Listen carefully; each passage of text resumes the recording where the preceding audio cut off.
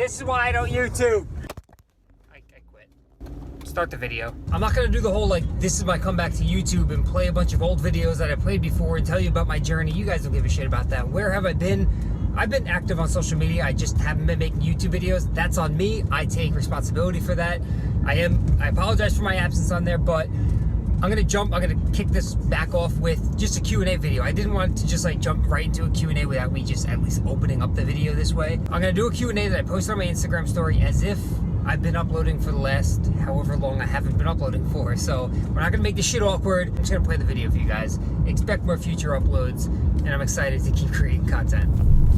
Wow. All right, so first question we got is, I'm 6 weeks out from my first show and I can't get it up. Advice? No. Damn, what a way for me to come back to YouTube. I'll shoot you a DM.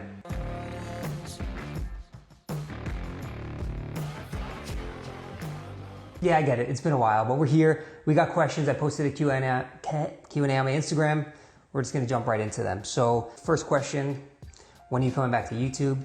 Here I am.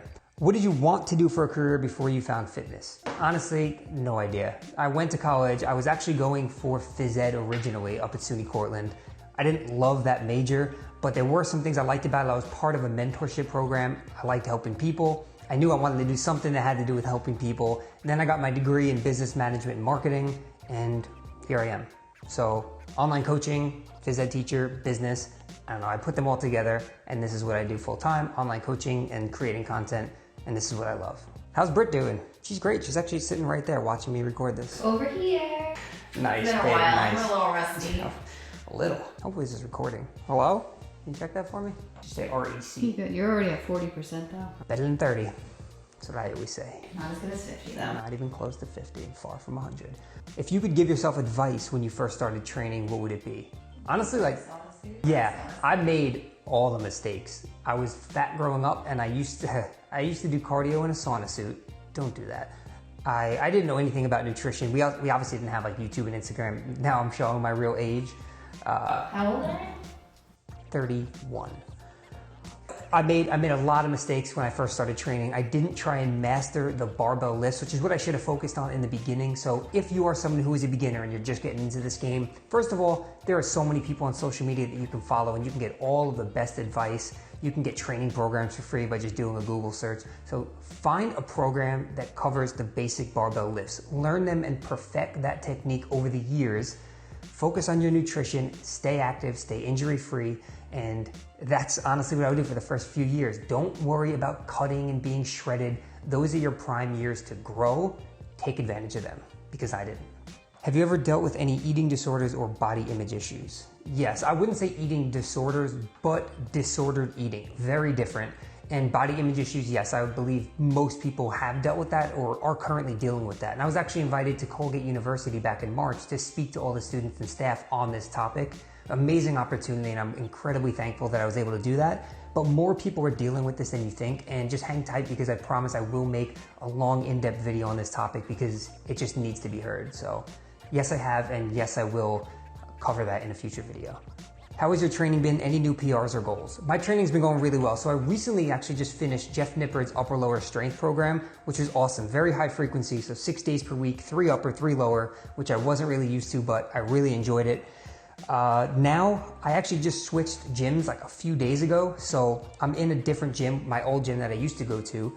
So right now I'm not on a structured program, but I've actually been creating some of my own, which I'm gonna be sharing with you guys soon.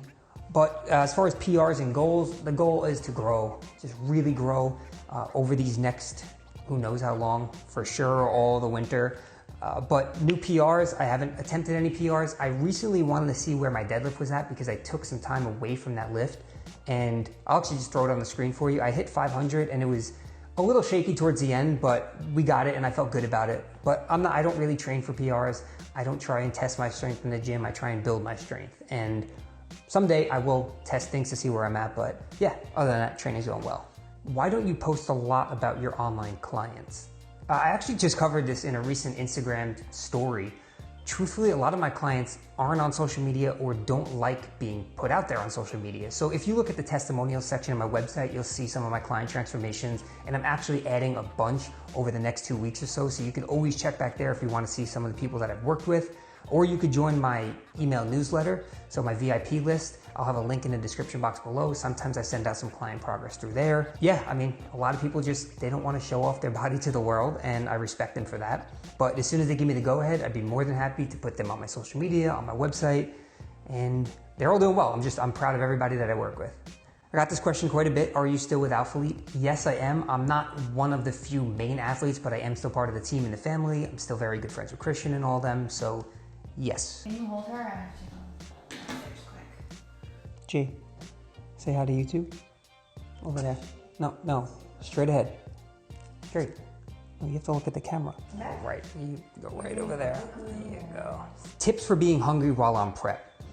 You probably heard, like a lot of people talk about this, being on prep, and they say, eat voluminous foods, eat a ton of vegetables, drink diet soda, chew gum.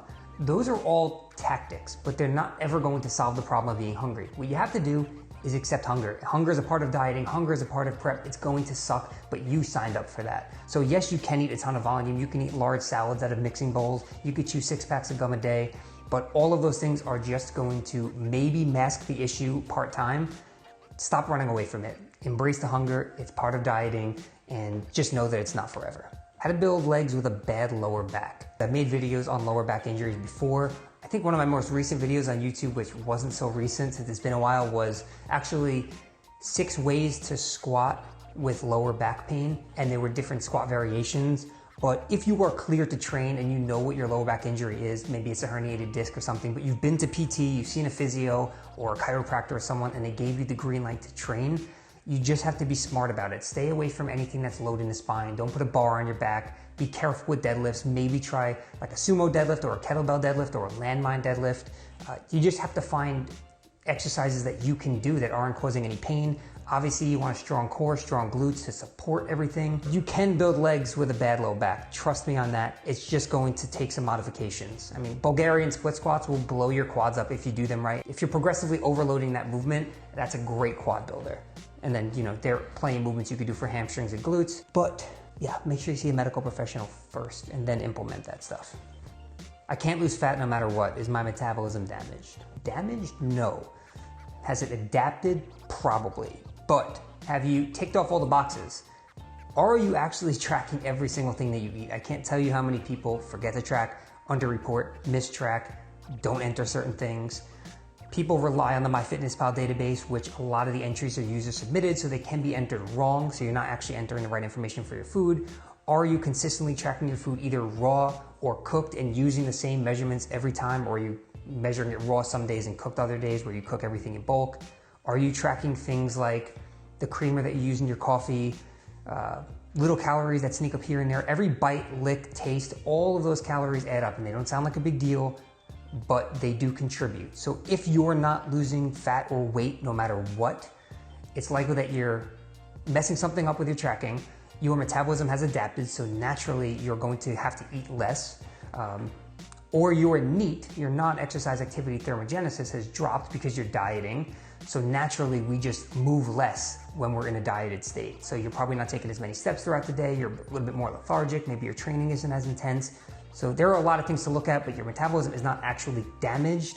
And if you're not losing weight, you're just not in a calorie deficit. You used to talk about coaching software. Is that still a thing? Wow, so you remember that. So a few years ago, I was actually talking about creating my own coaching software or app with a previous client of mine who is a genius when it comes to web development and apps and all that. And we actually just went live with it a few weeks ago, testing it out on about 5 or 6 of my clients right now. They seem to be really enjoying it. And I know there are tons of software out there right now, and a lot of people, a lot of coaches, a lot of influencers have their own app, but it's white labeled. So someone created software and they put their branding on it and they pay for that. And there's nothing wrong with that. That's probably a smart way to go because all the work's been done for them. But for myself, I wanted something that reflected my style of coaching. So for 6 years, I used Excel templates, Dropbox, and I'm a nerd and I love data and I like to look at everything, but I understand a lot of my clients don't care about that. They want results. So we actually built a software based on my style of coaching and we're testing it now and things are going really well with it. And eventually when we perfect the software, it will turn into an app and I will have my own app that was actually built from the ground up based on my style of coaching, which is pretty cool. Who would win in a cooking competition, you or Britt? Me. Definitely me. No way. Okay, do you want to tell them what you did when we cooked together? You literally threw out our whole, I asked you to strain it, you threw out our whole sauce. Okay, well, had one too many drinks. Maybe we'll actually have like a competition on YouTube. Last question, I like this one. So they asked, I just recently started going to a gym and I feel a little bit intimidated. Is there anything I could do to feel more comfortable? Yeah, so I understand this feeling 100%. I've been there, you've been there if you've been into a gym. Everyone has once stepped foot into the gym for the first time ever.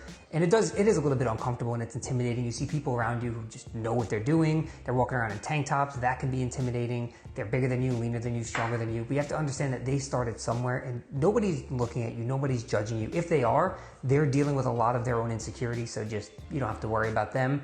I would say throw some headphones on, throw good music on to put you in a good mood and just start slow. I mean, if you need to learn how to lift, maybe you could try and find a lifting partner. Might not be a bad idea to find a trainer for a little while just to learn some movements, but with YouTube and social media, you can learn everything. Don't be afraid of the free weights, don't be afraid of the machines. You don't have to just stick to cardio even if you're new at the gym. And just know that each day that you go there, you're going to get better, you're going to get more comfortable, and in a year, you'll look back and laugh at the fact that you were ever intimidated.